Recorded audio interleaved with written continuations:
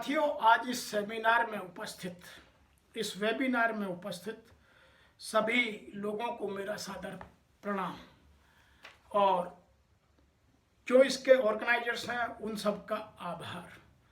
आज आपने इस जो वेबिनार का सब्जेक्ट रखा है वह रखा है बिहेवियर बेस्ड इंटरव्यू। और किसी भी साक्षात्कार में या इंटरव्यू प्रोसेस में आदमी के बिहेवियर को जानना अब एक आवश्यक अंग बन गया है किसी भी साक्षात्कार का। उसके दो कारण हैं। पहला कारण है कि अब टेक्निकल कॉम्पिटेंसी मेजर करने के लिए अलग टीम है और बिहेवियर मेजर करने के लिए अलग टीम है। दूसरा, 85% प्रॉब्लम्स बिहेवियर से रिलेटेड है और 15% प्रॉब्लम्स वर्ल्ड वाइड आपकी टेक्निकल नॉलेज से रिलेटेड है। तो माना यह जाने लगा है कि टेक्निकल नॉलेज लोगों में ऑटोमेटिकली बहुत अच्छी है, जिसकी ज़रूरत है उसको किसी और तरीके से मेजर किया जा सकता है। लेकिन अब जो इशू है इस बदलते परिवेश में, खास तौर से इस पेंडेमिक एरा के बाद लोगों के बिहेवियर पैटर्न में काफ़ी बदलाव आया है। इसीलिए प्रबंधन की कोशिश यह रहती है, management is trying to select those people who are behaviorally very strong. Their behavioral competencies are very high. उसके लिए जो इंटरव्यू पैनल में लोग बैठते हैं वो किसी भी कैंडिडेट के 4 बिहेवियर को जानने की कोशिश करते हैं। सबसे पहला है फिजिकल कोशेंट। फिजिकल कोशेंट में उसकी हाइट है, वेट है, बॉडी स्ट्रक्चर है, उसकी अवेलेबिलिटी है और किस एनवायरनमेंट से वो बाहर निकल कर आ रहा है, ताकि वह ऑर्गेनाइजेशन में जिस काम के लिए अपॉइंट किया जा रहा है उस हिसाब से उसकी फिजिकल कोशेंट की कहीं कोई खामी उस पोजीशन के हिसाब से ना हो, या कल को जब उसका ग्रोथ होता है तो वह उसके लिए कोई बाधक ना बने। अब इसके लिए बहुत सारी चीज़ें हैं, उन पर अलग से हम चर्चा कर चुके हैं। तो अब हम अगले विषय पर बात करेंगे इंटेलिजेंट कोशेंट की। जो आदमी का इंटेलिजेंट कोशेंट है उसको नापना अब कोई कठिन काम नहीं है।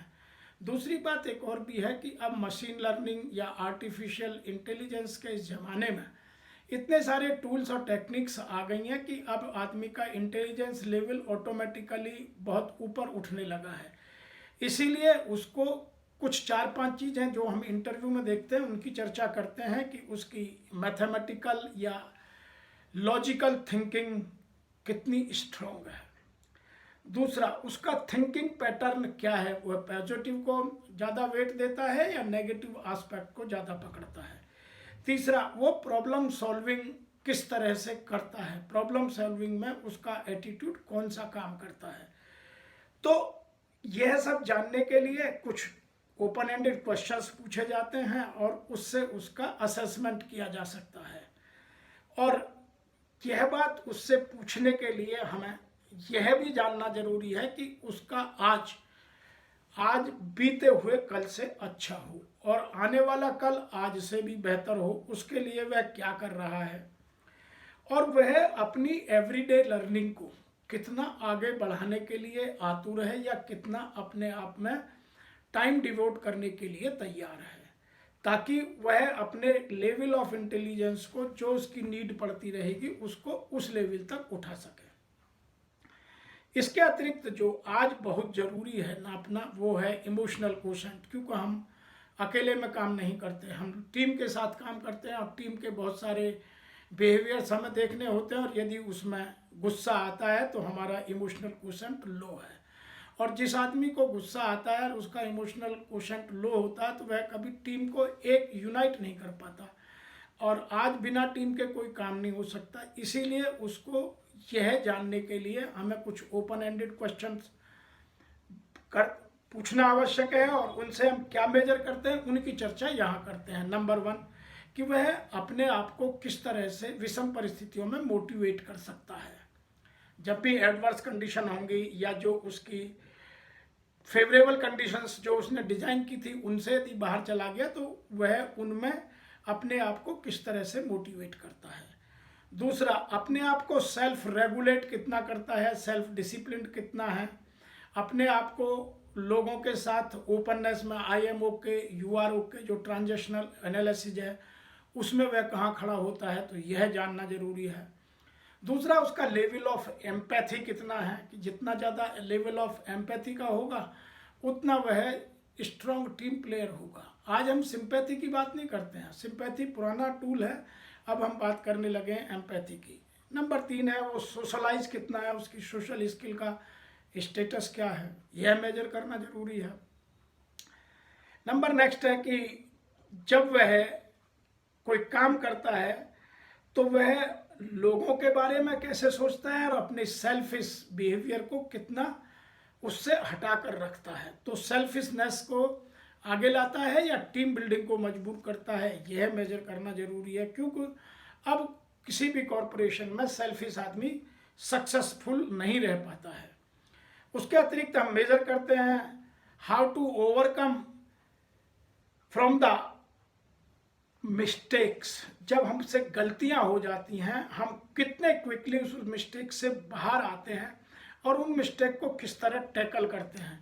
गलती होना कोई बड़ी भूल नहीं है, कोई बड़ा अपराध नहीं है, लेकिन उस गलती से बाहर आने के लिए मेरा किस तरह का माइंडसेट है या मैं किस तरह से प्रश्न कर अपने आप को, अपने जज्बातों को ठीक कर पाता हूँ और उससे बाहर आ पाता हूँ, यह जानना जरूरी है।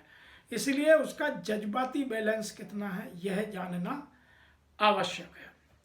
नंबर 4 जो आज बहुत ज़रूरी होता जा रहा है, क्योंकि अब लोगों का फिजिकल कोशेंट और इंटेलिजेंट कोशेंट पहले के मुकाबले में बहुत ठीक होने लगा है, वह नेचुरल वे में, नेचुरल फिनोमिना में डेवलप होकर आ रहा है, लेकिन स्पिरिचुअल कोशेंट की कमी के कारण बहुत सारे लोग सीनियर पोजीशंस पर ठीक से परफॉर्म नहीं कर पाते हैं।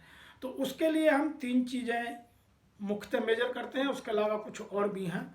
Number 1, ability to highlight the spiritual state. Number 2, ability to think in larger perspective. Number 3 है ability to get rid of selfishness, कि वह अपने स्वार्थ को कितनी जल्दी कितना छोड़ता है। Number 4, ability to utilise spiritual resource for the benefit of common man at large. Number 5 है ह्यूमैनिटी इन एक्शन। नंबर 6 है हायर पर्सपेक्टिव। यदि आप देखेंगे टाटा के ऑर्गेनाइजेशंस का जो पूरे कॉरपोरेट के लिए ऐसा माना जाता है कि वह नर्सरी है मैनेजर्स की, टाटा और लीवर ब्रदर्स, तो उन दोनों में इन चीज़ों को बहुत फोकस किया जाता है, बहुत डेवलप किया जाता है और उनके यहाँ उनके सोशल वैल्यूज़, उनके बिलीव, उनके इथिकल नॉर्म्स और लोगों से बहुत बेहतर माने जाते हैं। इसीलिए इन चीज़ों को मेज़र करना बहुत आवश्यक है और मैं जिन इंटरव्यू बोर्डों में बैठता हूँ उनमें इन चीज़ों को समझने के लिए हमें अलग से कुछ क्वेश्चंस करने होते हैं जो ओपन एंडेड होते हैं, ताकि वह कंट्रीब्यूट कर सके, उसको बोलने का मौका दिया जा सके और कैंडिडेट को हम ठीक से समझ सकें। तो ये 45 मिनट्स के इंटरव्यू में हम इन चीज़ों को खोजने की कोशिश करते हैं। मैं यहाँ एक बात और भी कहना चाहता हूँ कि इसके अतिरिक्त हम सीनियर पोजीशन पर जब इंटरव्यू लेते हैं तो उसमें एडवर्सिटी कोसेंट को भी मेजर करते हैं कि एडवर्स कंडीशंस में, एडवर्स सिचुएशन में कैंडिडेट कैसे परफॉर्म करता है, किस तरह का माइंडसेट है, किस तरह वो टीम को यूनाइट कर उसका बेनिफिट लेता है, किस तरह से वह जो थ्रेट है उसको अपॉर्चुनिटी में कन्वर्ट करता है और अपनी स्ट्रेंथ को और स्ट्रेंथन करता है।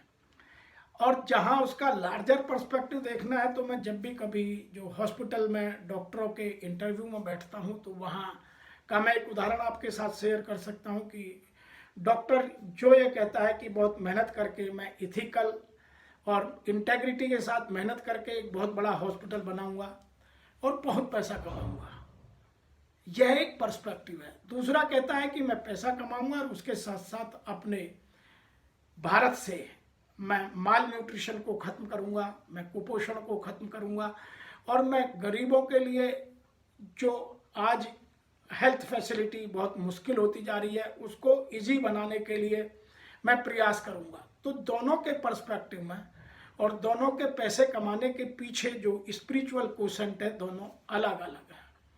ऑनेस्टी और इंटेग्रिटी, उनमें कोई डाउट नहीं है, लेकिन purpose at large, purpose with humanity, purpose of socialising is entirely different.